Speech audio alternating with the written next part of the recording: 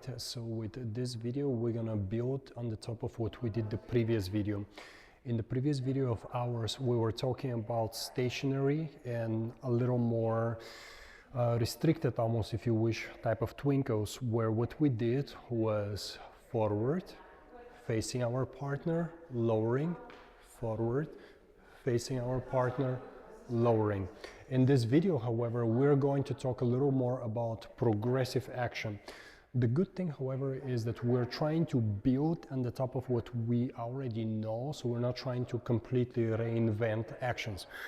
The first and main thing to understand in a progressive action is that progressive action gotta travel. This is called a progressive passing twinkle. So first thing first, of course, just the steps itself. I will start with the left foot. I'm gonna go walk, walk. I will turn, making sure that I still think of where I'm trying to go. And then the last thing that needs to happen is I need to exit. So if I'm dancing a waltz or a foxtrot, that will be a 3-step. In a waltz, my counting will be 1, 2, 3. I'll go left, right, left, or 1, 2, 3. From a counting standpoint, that will be 1, 2, 3. And then my right foot becomes free. 1, 2, 3. So the main thing for you to understand is the sequence itself and the general understanding of what your feet should be doing. The first 2 steps, regardless starting with the left or right, so right or left, or is the very same thing. It's a walk, walk, so to speak. After you do the walk, walk, then you have to brush. While brushing, basically the feet are being collected to fully rotate and then exit the step itself. The way that I like to think about the sequence of my feet is constantly altering them. I am not spending tremendous amount of time thinking, did I enter the figure with the left or with the right? It's easier to constantly keep track of left, right, left, right, left, right, or right, left, right, left, right, left. That's for me. Obviously, in the end of the day, we're just looking for the final outcome. It doesn't matter how you achieve it. Now, if that becomes a relatively clear action, let me do it from a different angle. I'm gonna go forward, forward, rotate while collecting, and then exiting. And different angle again. This time I'm gonna do a right foot, forward on the right, forward on the left, turn myself, and then exit. The next thing that would happen, probably I'll actually go for my sternum, my center, my shoulders, my rib cage, a little more elevated. One may call it diagonal, although even if you're vertical, if you carry yourself in a certain way, you'll be moving appropriate, you'll be moving well enough.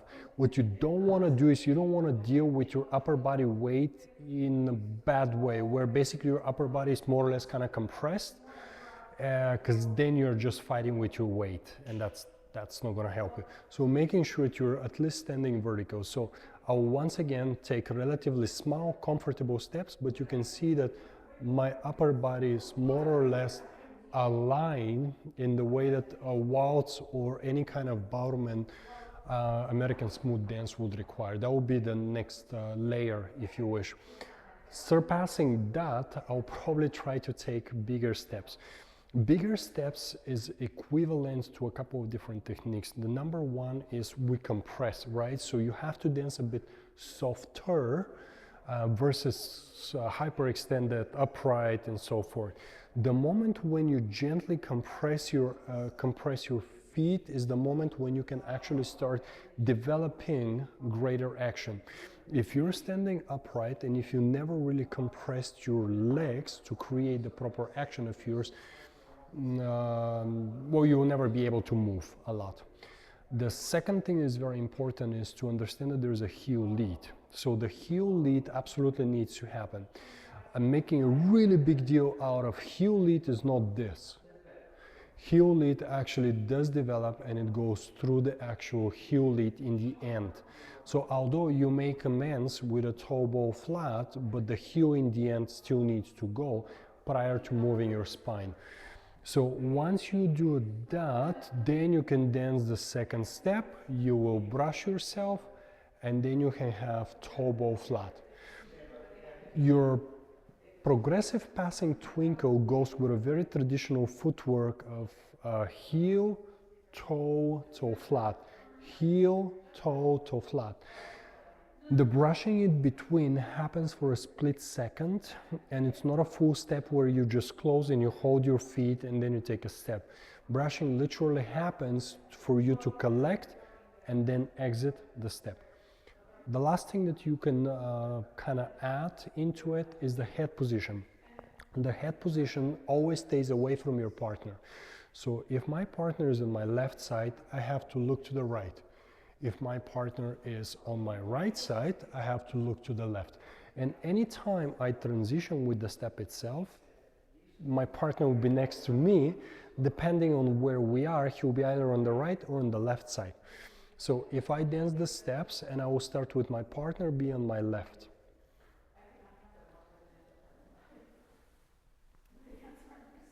My head changes to the right and I exit. Walk, walk. Turning and exiting. One more time, different direction. Forward. My partner is on my right side. And I'm gonna go walk, walk. My partner on my left side. And then of course the left foot goes. Left, right. My partner is on my left. My partner is on my right. And so forth.